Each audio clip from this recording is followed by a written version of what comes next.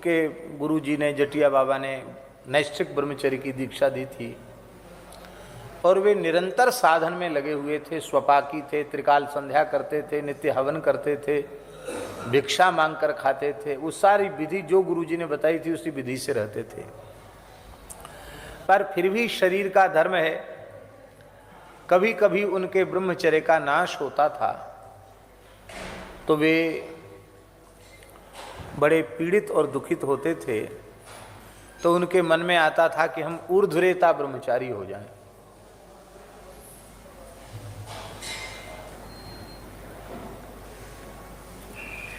ऊर्ध्वरेता क्या चीज है? रेत का अर्थ है शुक्र, उसकी स्वाभाविक गति नीचे की ओर है। शरीर की बनावट ही ऐसी है। जब हमारे मन में विषय का विकार उत्पन्न होता है तो हमारा जो शुक्र है वो उस विकार की अग्नि में पिघलता है और पिघल करके सहज प्रवाह नीचे की ओर जाता है।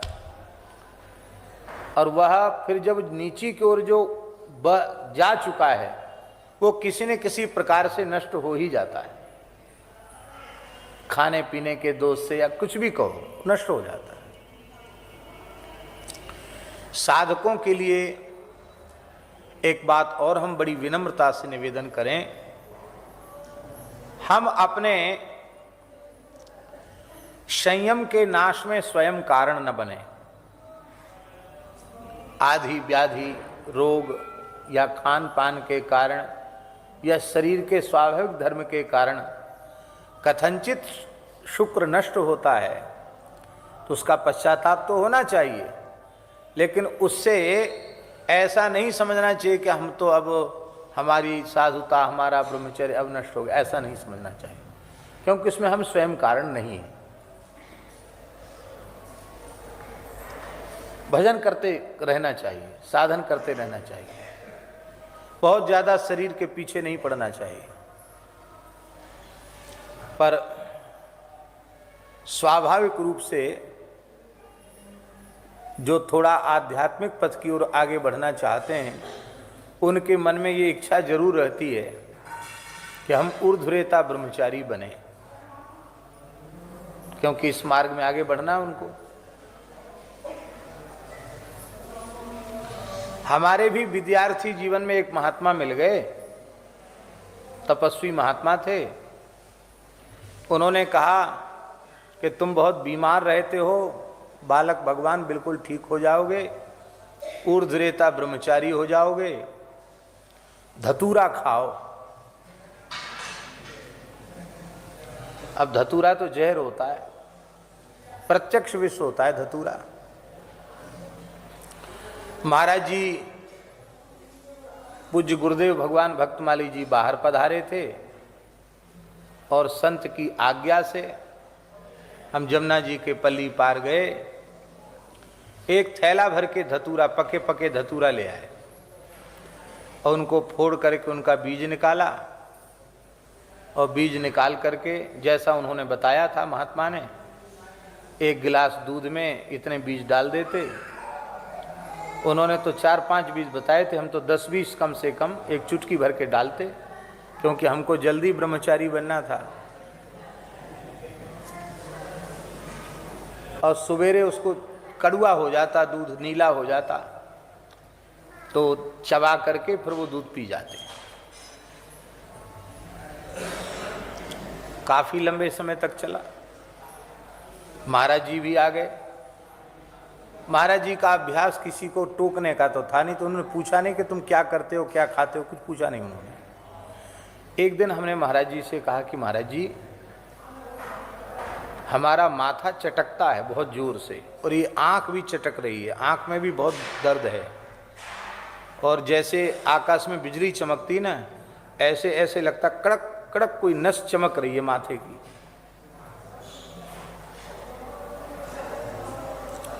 बहुत व्याकुलता सी होती है। महाराज जी बोले, क्या खाते हो? सवेरे सवेरे आप कुछ ले रहे हो? हमने कि हाँ, एक महात्मा ने बताया, वो हम ले रहे हैं। क्या धतूरा?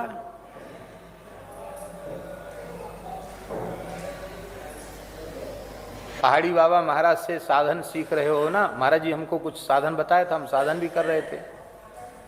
तो महाराज जी बहुत जोर देते थे ब्रह्मचर्य पर, तो हमने कहा जी यही ठीक है। तो बोले जब तुम उनकी आज्ञा में रहकर साधन कर रहे हो तो तुमने अपने मन से कोई काम क्यों किया? उनसे पूछो जाके। अब हमने महाराज जी को बताया। महाराज जी बोले दूसरा कोई गृहस्थी आदमी होता तो पगला जाता, मर जाता, दिमाग की नस फट जाती। कितने दिन हो गए? हमने कहा महीना भर तो हो गया कम से कम। अरे राम राम, महीना भर से धतूरा खा रहे हो?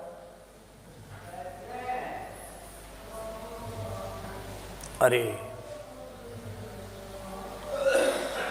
महाराज जी के शब्द थे, हम ऐसा नहीं बोल रहे हैं। महाराज जी कहते अरे साधु नहीं था, कालनेमी था, मारना चाहता था तुमको। अरे राम राम, तुम मरे नहीं। हम तो कालनेमी नहीं मानते, महात्मा ही अच्छे बेचारे, उन्होंने अच्छी बात बताई होगी, उनका कोई अपना अनुभव होगा। महाराज जी ने ऐसा कहा, अरे राम राम तुम तो बहुत गलत किया। अब इसके बाद आंखों में जलन और सिर में दर्द ऐसा शुरू हुआ तो ठीक ही ना हो। फिर चंदना सब, और वर्षों तक कभी तेल नहीं लगाया था, तब घृत कुमारी तेल लगाना शुरू किया। बहुत ठंडी चीजें, कपूर कितना ठंडा होता है, कपूर खाते थे और कच्चा दूध ठंडे पानी में मिला के कपूर खा करके तब शरीर में ठंडक आई। और भी हर गर्मियों में हमारे शरीर में छाले हो जाते थे उस विष के प्रभाव से।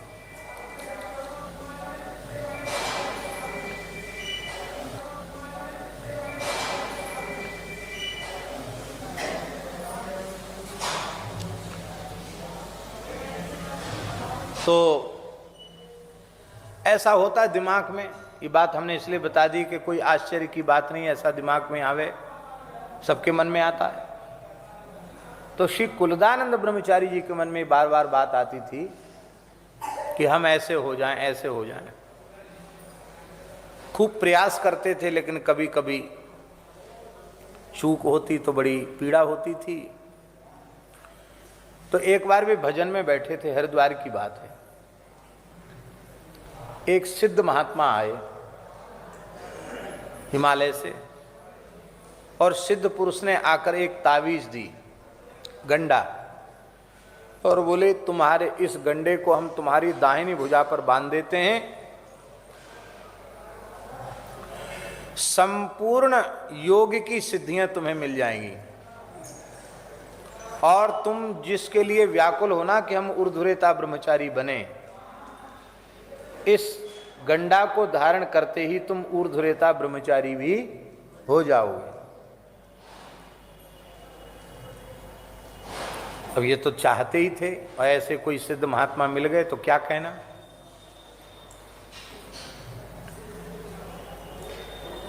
वो महात्मा कहते थे पहन लो, पर इन्होंने पहना नहीं, ले तो लिया, पहना नहीं। महात्मा तो दिव्य महापुरुष थे, वो कोई इस लौकिक जगत के तो थे नहीं, अलौकिक जगत के कोई सिद्ध थे। वे अंतर्धान हो गए और आप विचार में पड़ गए कि इसे हमें पहनना चाहिए कि नहीं पहनना चाहिए। अंत में इन्होंने निश्चय किया कि हमारे अपने सद्गुरु में हमें विश्वास न हो तब तो हम किसी दूसरे सिद्ध की आशा करें। जब हमारे समर्थ सद्गुरु भगवान हमें मिले हुए हैं तो हम ब्रह्मचारी रहें चाहे न रहें, योगी बने चाहे न बने, सिद्ध हों में चाहे गिद्ध ही रहे, हमें इससे कोई प्रयोजन नहीं। हमें जो कुछ देंगे हमारे समर्थ सद्गुरु ही देंगे, हमें और दूसरे किसी से आशा नहीं करनी है। ऐसा कहकर उस गंडे को हाथ में लिए थे, फेंक दिया, रोड पर फेंक दिया उसको।